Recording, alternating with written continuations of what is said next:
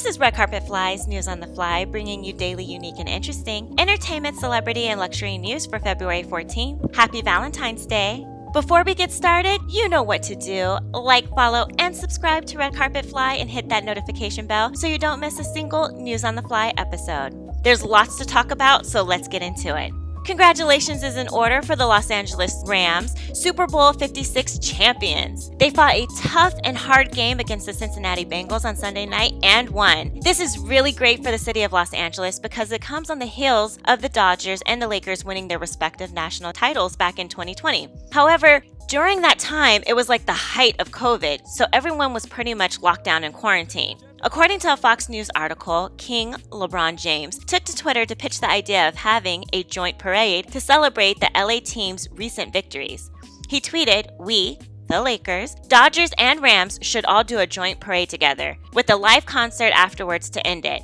City of Champions, congrats once again."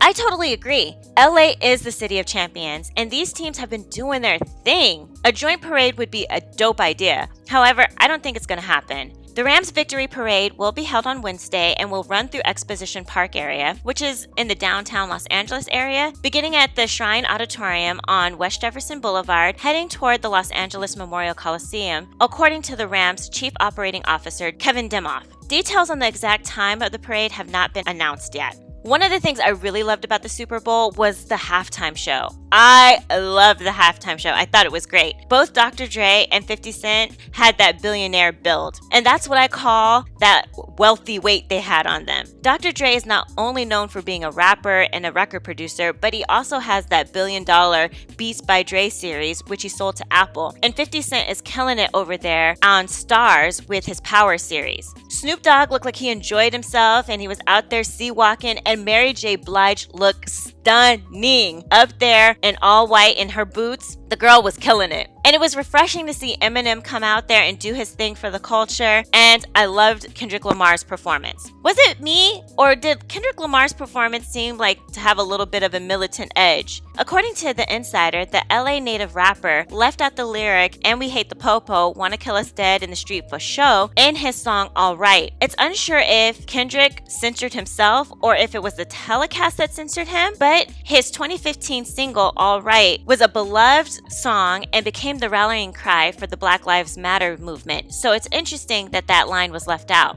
All in all, it was a great night for football and a great night for Los Angeles. Besides the Super Bowl airing Sunday night, the highly anticipated Bel-Air drama series premiered. I watched with hesitation because Fresh Prince of Bel-Air is a classic and I didn't want them to mess up a beloved series, but it was pretty good. I give it about a 7 out of 10 so far. You can tell the writers were really thoughtful when telling this story. It's the familiar Will Smith story that we all know, but it's in today's time. And the soundtrack is fire. Every song that was played, I was like bobbing my head to. The show gives you a little bit more background into why Will Smith had to leave West Philly and the lengths that Uncle Phil had to go through to get him out of that situation, which the original Fresh Prince of Bel-Air series didn't really get into. One thing that's worth noting was that the family is played mostly by dark-skinned actors, which is a bit different from the original series. I'm pretty sure that this is intentional, but I'm not quite sure why. But I'm here for it either way. The first episode is also dripping with the theme of Black excellence, even with Will being from West Philadelphia. He wasn't like some thug or kid that ran the streets. He was a kid that played basketball and was on his way to securing a basketball scholarship from some college in Virginia. I can't really remember the name of the school. What I also really enjoyed about the series is that they really incorporated some of the Philly slang, like they used the term John. When I lived in New York and visited Philly, I would hear this all the time. So it was really nice seeing that mixed into the show because it gave the show some type of, I guess, authenticity. As for the characters, there are 2 characters that are really different from the characters that were originally in the Fresh Prince of Bel-Air, and that's Carlton and Jeffrey. Carlton is a much edgier version of Carlton Banks because, he snorts coke in the series, and Jeffrey is like a slick British, no-nonsense house manager. I really like the change. But one thing that remains the same are like the little lessons that Fresh Prince would leave with their audience. This is the same thing in this drama series. In this first episode, when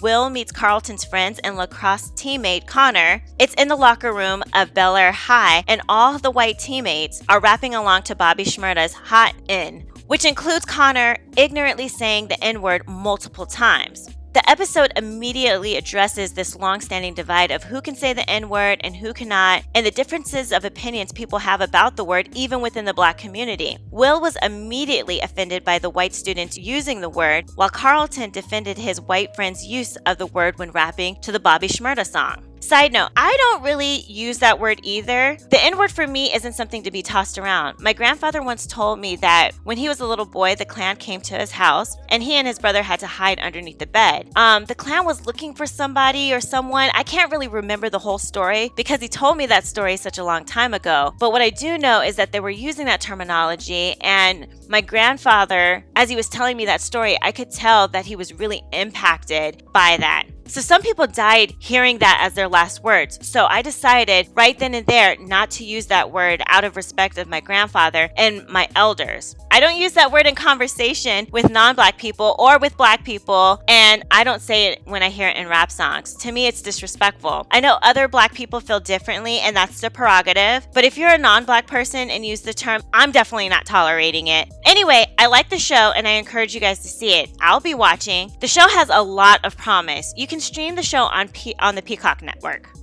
Lastly, I wanted to send prayers to the singer Tyrese and his family. His mother passed away this weekend from COVID-19 complications. Having lost a lot of people due to COVID over the past 2 years, I can definitely sympathize with Tyrese and how he and his family are feeling. Losing a loved one is hard, but it's really hard when you lose a parent, especially your mom. I know COVID may be in the rearview mirror for some of you guys as the world is opening back up and people are out and about, but COVID is still a very real thing and killing people. Again, sending prayers to Tyrese and his family. Well, that's it for Red Carpet Fly's News on the Fly for February 14th. Please like, follow, and subscribe to our YouTube channel, Red Carpet Fly, and also follow us on Instagram and Twitter at Red Carpet Fly. Have a happy Valentine's Day, and until tomorrow, always stay fly.